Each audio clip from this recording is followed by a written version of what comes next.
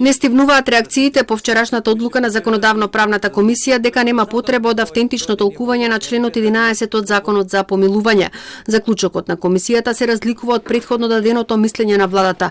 Од Министерството за правда велат дека ако Уставниот суд го укине или поништи членот 11а, тоа нема да има влијание на помилувањата, затоа што собранието потврдило дека тие се невалидни, односно дадени на непостоечки член и се ништовни од моментот на давање. Од ВМРО-ДПМН не прашуваат зошто комисијата одлучила да постапи спротивно на владиниот став. Не може министерката за правда да биде уставен судија наместо Уставниот суд. И сметам дека ваквото однесување на Министерството за правда е нарушување на поделбата на власта и мешање во ингеренциите на друг орган кој што си има свој посебни надлежности надвор од владата. Станаа свесни во последен момент дека доколку има толкување во кое што изрично ќе се каже дека не постои членот 11 од Законот за помилување, ќе падне помилувањето за Зоран Заев и ќе мора одново да се отвори судењето за глобал.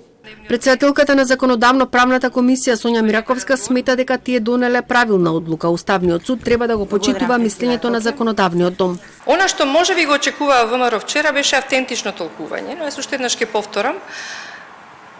Законодавно-правна на крај е таа која треба да одлучи. Да, мислењето на владата беше поразлично, тие сметаат дека треба да го тумачиме, но впрочем тоа не е нивна работа.